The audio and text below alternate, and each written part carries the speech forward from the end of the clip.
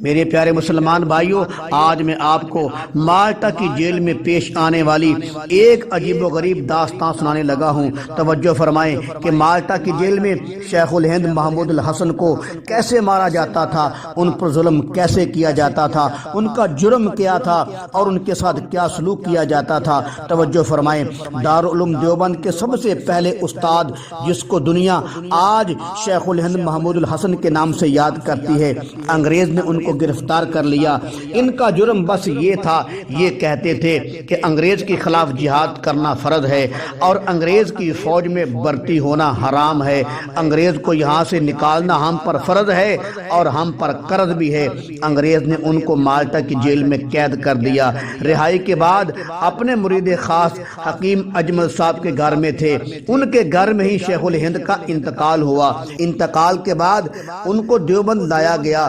غسل کے لیے جب شیخ الہند محمود الحسن کو تختہ پر لٹایا گیا تو لوگوں نے دیکھا کہ صرف ہڈیاں ہی ہڈیاں ہیں، ماس تو برائے نام ہے۔ اس وقت حسین احمد مدنی رحمت اللہ تعالی علیہ بھی وہاں تشریف فرما تھے۔ لوگوں نے مدنی صاحب کو حضرت شیخ الہند کے جسم کی صورتحال بتائی تو حسین احمد مدنی ہزاروں قطار رونے لگے، روتے روتے ہچکی بند گئی۔ پھر مدنی صاحب نے فرمایا، مجھے محمود الحسن صاحب نے منع فرمایا تھا کہ میرا راز فاش نہ کرنا۔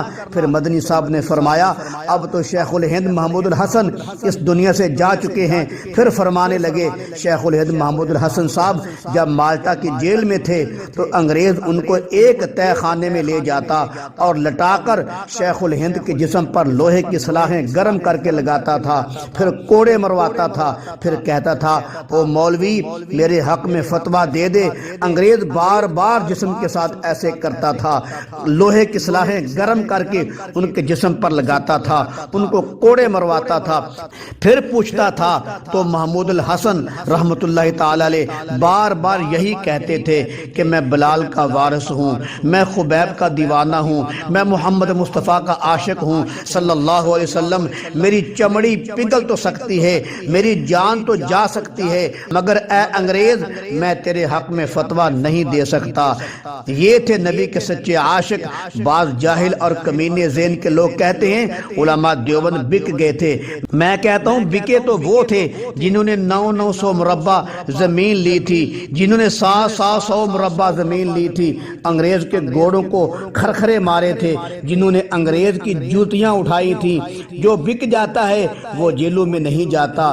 توجہ فرماؤ باتیں کرنے والوں، جو بک جاتا ہے سن لو وہ جیل میں نہیں جاتا۔ جو بک جاتا ہے اس کو کوڑے نہیں مارے جاتے، جو بک جاتا ہے اس کو لوہے کی سلاخیں گرم کر کے نہیں ماری جاتی، جو بک جاتا ہے ان کو ہر 4 دن کے بعد کوڑے نہیں مارے جاتے، جو بک جاتا ہے اس کی چمڑی نہیں ادھیڑی جاتی، جو بک جاتا ہے وہ مالٹا کی جیل میں نہیں جاتا، جو بک جاتا ہے وہ کالا پانی جیل میں نہیں جاتا۔ جو بک گئے تھے وہ 900 مربع زمین لے گئے تھے، جو بک گئے تھے وہ 700 مربع زمین لے گئے تھے۔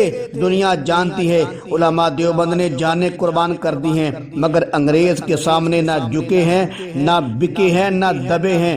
پھر میں آخر میں کہنا چاہتا ہوں، دیوبند کی عظمت کو ترازو پہ نہ تول، یہ تو ہر دور میں انمول رہے ہیں۔